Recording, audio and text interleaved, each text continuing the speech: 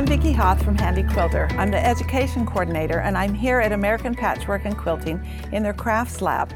And I have some tips for you on finishing your quilts.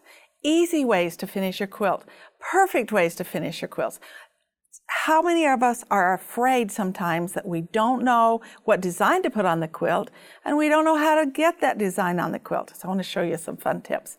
First of all, really easy is to use your laser light that comes with your machine, or you can add that laser light to your machine and use pantographs.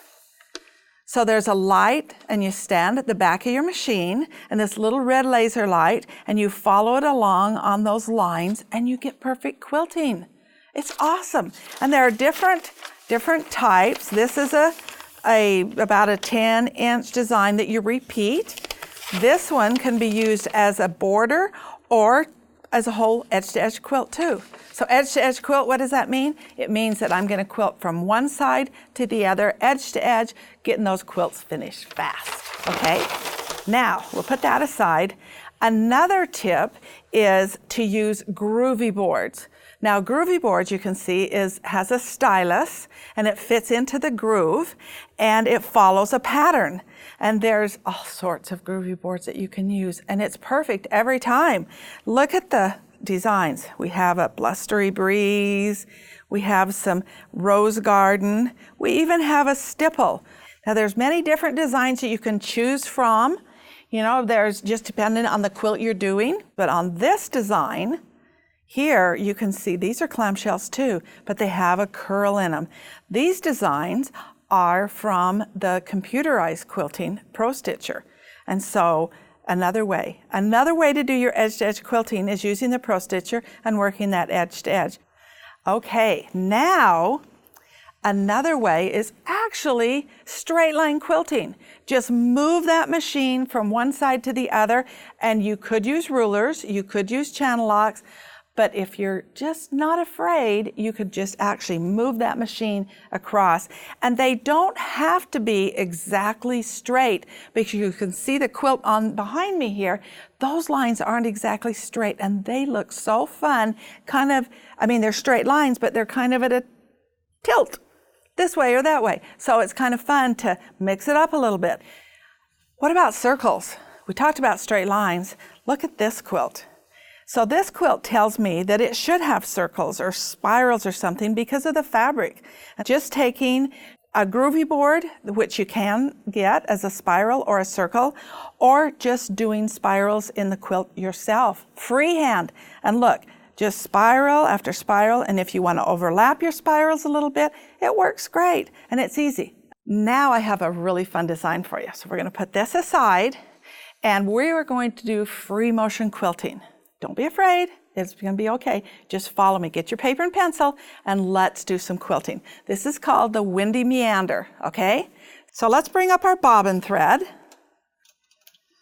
This is edge to edge, remember, so I've got to fill this up. Okay, we'll just start, and this is called windy meander. Make a curl, come back out, back in, and then around.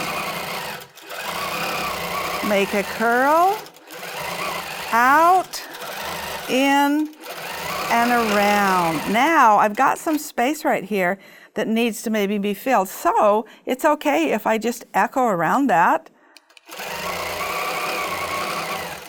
Echo around it, come out, make a curl, out, in, around, make a curl. See how fun that is? Starting to look like a little windstorm.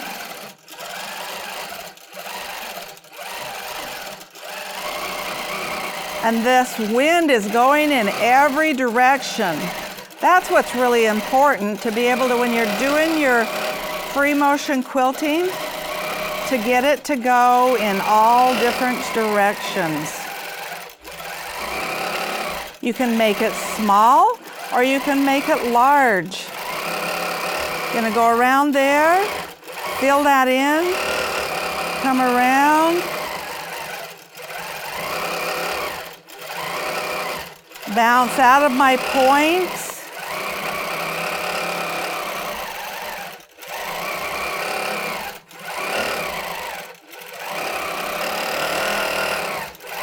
Gotta feel this little area here.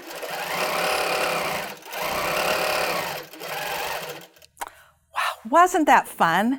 You can do this. You can do the windy meander. You could do meandering. You could do pantographs, groovy boards. There is a technique for you. Find that technique, get quilting, and get those quilts done fast.